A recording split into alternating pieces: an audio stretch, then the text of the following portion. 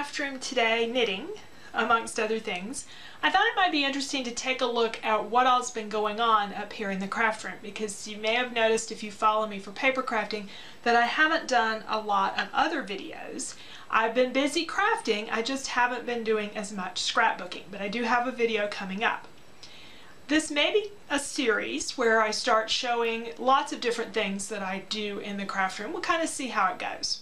I'm knitting up here today because the light's better. Normally I do this in front of the TV, but I am working on a sweater, and normally when I make a cardigan I incorporate my band into the pieces of the cardigan as I knit it. This time I decided to do it the traditional way, make all the pieces, sew them together, and then pick up the stitches and do the band. There are a lot of stitches. I hope not too many stitches. I hope I haven't made it too big. I did some samples. We'll see how it goes. So hopefully in another video coming along, I'll show you the finished product and talk about some of the challenges that I had in making this particular sweater. But it is almost done, I hope. We'll see. Let's move over to the sewing machine, because that's where I've spent the majority of my time the last couple of months. Something I have always wanted to learn how to do is free motion quilting.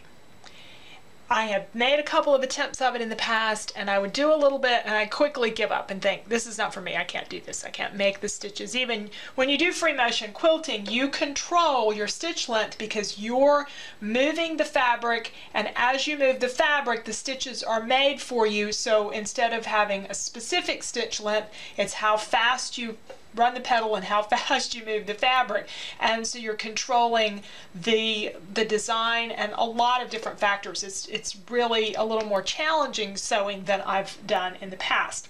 But I was determined to try it, and so I figured out through some Craftsy videos and some YouTube videos that I needed some tools. Like most crafts that you take on, the tools make a lot of difference, and that I needed some type of slick surface to move the fabric on, and this is one of those slick mats. I'll have to put on the screen what the particular brand is for this one. I've put the packaging up for it, but it's made the world of difference in being able to move my fabric along. Also, these machiningers, I think they're called, gloves that you put on your hands to hold your fabric as it's going through the machine make a lot of difference. Now, I'm going to show you some samples. I'm still learning. Really early version of this, even though I've been doing it for a while. I'm trying to learn how to do swirls, because that's going to work with the quilt design that I have picked out to do first.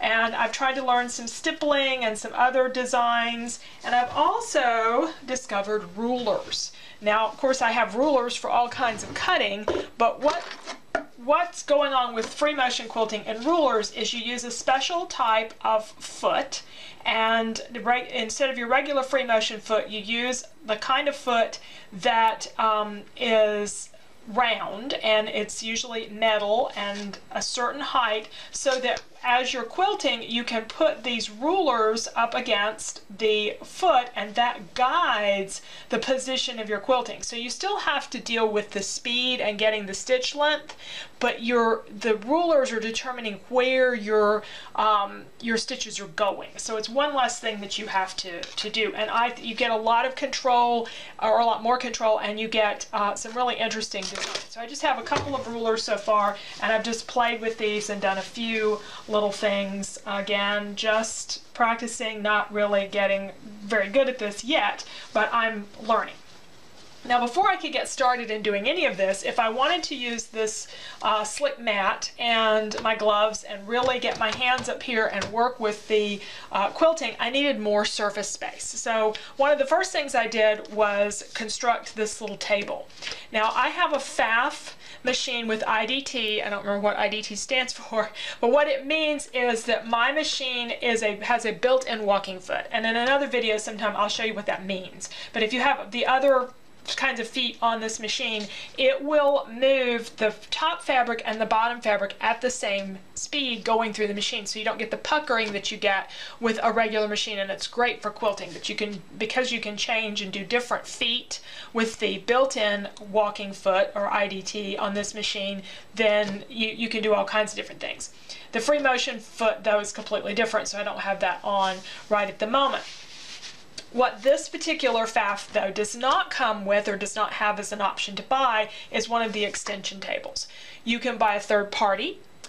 I decided though to make my own. We're kind of cheap around here on stuff, so we try to do DIY projects as much as possible, and I didn't know if I was going to like this. Again, I tried it before and my experiments hadn't gone well. I'd gotten frustrated and given up, so you know, do I want to spend you know, $75 or $100, whatever they cost, for one of these pre-made extension tables? Don't I have something I can use to make my own? And I did. I don't have anything in mind. A few years ago we made a TV table, and I bought this shelving from Lowe's, and I had this one piece left that's probably about 15 inches long, something like that. Not really big enough to be a shelf, but it has this rounded front to it, so I'm not going to catch my fabric on it. It's kind of finished on all the edges very nicely.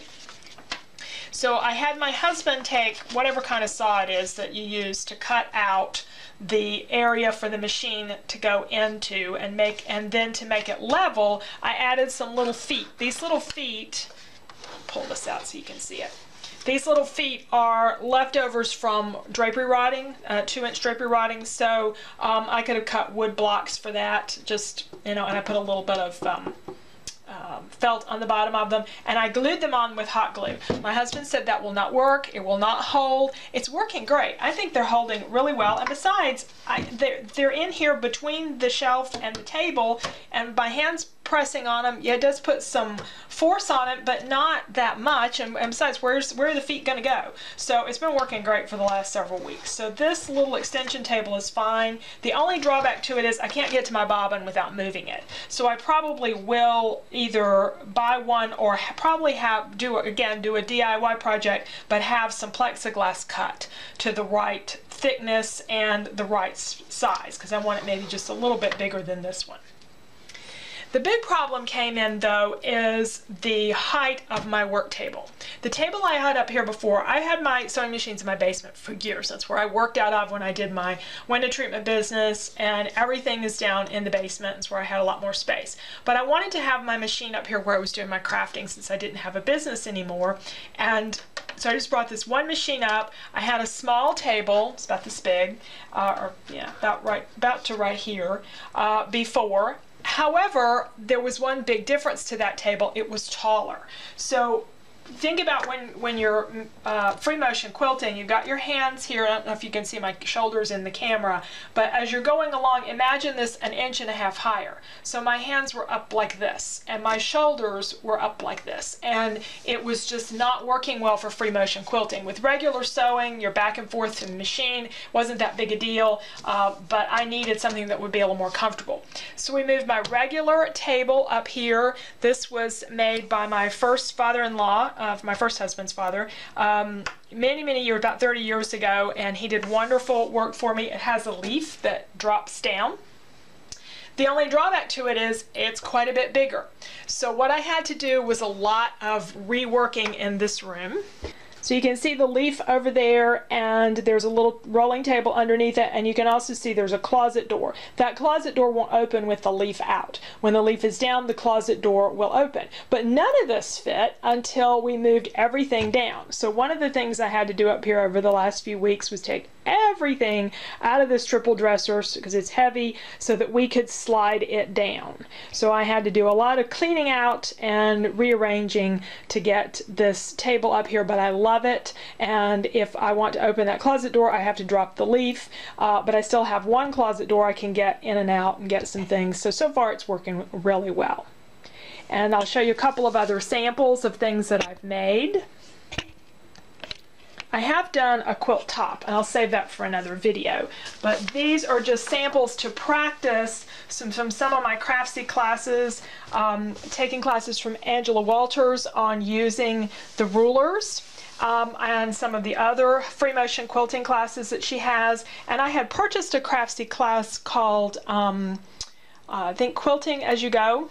I think I have that right, from Marty Michelle, and it is all about ways to do your quilting and then on different pieces and then put them together after you've already quilted. So I'm creating some samples here, and you can see I'm using some older fabrics, older colors, and some stuff that I just don't really care that much about anymore, but it's giving me a chance to practice the free motion quilting and putting the squares together and seeing what how some of the different techniques will work, so I can do that with my own quilt.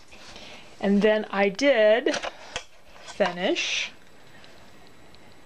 a scrapbook layout recently, so there'll be a video coming along on that. What you've seen on this video today is things that have happened over the last several weeks, almost 2 months. And I cut out a lot of things that happened, like figuring out the thread tension and figuring out how to make my machine do free motion quilting with the ruler foot and not have the thread break so much. I was having trouble with that. So there's been a lot of things that have gone on that I haven't detailed in this video. If I do this as a series, we probably do every week or 2 weeks about what's going on in the craft room. So give me some feedback and let me know whether that's the kind of thing that you'd like to see and you're interested in lots of different things besides just the paper crafting. But do stay tuned. There will be a video coming up on this layout over here on the wall, and if we do this as a series, I'll tell you more about this quilt top and I'll give you a little preview of it.